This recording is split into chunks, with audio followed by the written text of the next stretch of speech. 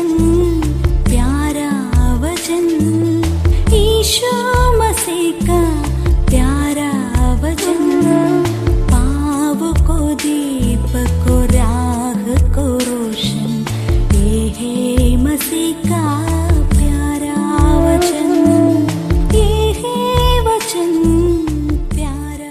परमेश्वर के धन्य नाम की महिमा हो। प्रभात मनन के सत्र 1866 में आप सभी का बहुत ही विनम्रता के साथ स्वागत करता हूँ। आइए आज का मनन के लिए हम पढ़ते हैं इब्रानी अध्याय 5 पद 14। पर अन्य सयानों के लिए हैं जिनकी ज्ञानेंद्रियां अभ्यास करते करते भले बुरे में भेद करने में निपुण हो गए हैं। आत्मिक परिपक्वता का एक महत्वपूर्ण संकेत पढ़ी गई पद में लेखक बहुत ही स्पष्ट रूप में आलेख किया है। आत्मिक रूप में परिपक्व लोगों की ज्ञानेंद्रिय भले बुरे में भेद करने में निपुण होगी। Spiritually mature people have senses which are trained to discern good and evil. उनकी ज्ञानेंद्रिय अर्थात आंख, नाक, जीभ, कान एवं त्वचा इस प्रकार प्रशिक्षित हैं जिन्हें भलाई और बुराई को पहचानने की क्षमता है। रोमी जेल से फिलिपी कलीसिया के लिए भेजी गई चिट्ठी में प्रेरित पौलुस फिलिपी कलीसिया को यही क्षमता अर्थात उत्तम से उत्तम वस्तु को प्रिय जानने की क्षमता मिलने के लिए प्रार्थना करते हुए आप फिलिपी अध्याय 1 पद 10 में देख सकते हैं। अंग्रेजी अनुवाद में आप निम्न आयत में डिसर्नमेंट शब्द देख सकते हैं।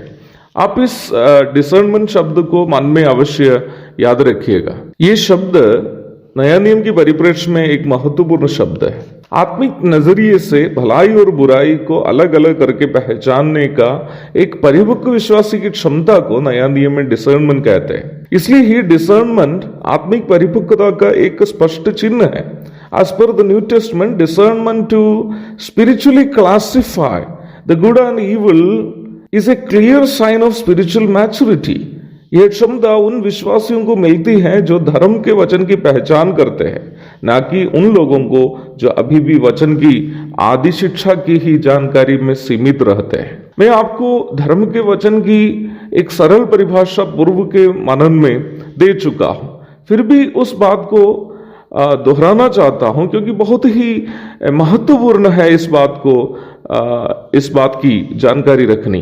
बाइबल के परिप्रेक्ष्य में धर्म के वचन की पहचान करनी, परमेश्वर के नैतिक स्वभावों की पहचान करनी है जो पुराने नियम की पुस्तकों में आलेख किया गया है और यीशु मसीह के द्वारा संसार के सामने प्रदर्शित कर दिया गया है, जिसका जिक्र हम नया नियम की पुस्तकों में देखते हैं। From biblical perspective, identifying the word of righteousness is identifying the moral attributes of God described in the books of Old Testament and exhibited by Jesus Christ in the world, which are explained in the books of New Testament. मैंने दोनों भाषाओं में आपको इसलिए यह बात समझाई क्योंकि यह एक महत्वपूर्ण बात है और इसलिए ही मैं चाहता हूं कि उन विश्वासी भाई बहन भी इन बातों को अच्छी तरह समझे जिनकी हिंदी कमजोर है या जो हिंदी में कमजोर है। वचन का अध्ययन करते समय हमें धर्म के वचन की पहचान करनी अनिवार्य है, जो हमें परमेश्वर के नैतिक स्तर की ओर अपने भ्रष्ट नैतिकता को उठाने के लिए मदद करती है। यहाँ एक महत्वपूर्ण प्रश्न का उत्तर पढ़ी गई पद से हमें जानना अनिवार्य है, अन्यथा ये अध्ययन अधूरा रह जाएगा। वो भलाई और बुराई क्या है जो एक परिपक्व विश्वासी अपने ज्ञानेंद्रियों की मदद से पहचान सकते हैं। प्रभु दया करे उस विषय का अध्ययन हम कल करेंगे। तब तक के लिए आपसे विदा हो जाता हूं।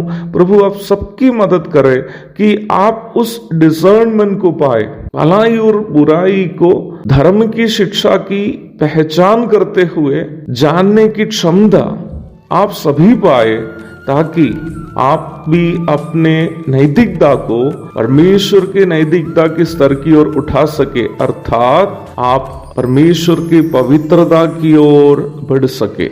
एक और शुभ दिन की धन्य कामनाओं के साथ आज का मनन मैं यहाँ समाप्त करता हूँ। प्रभु आप सबको आशीष दे। आमीन।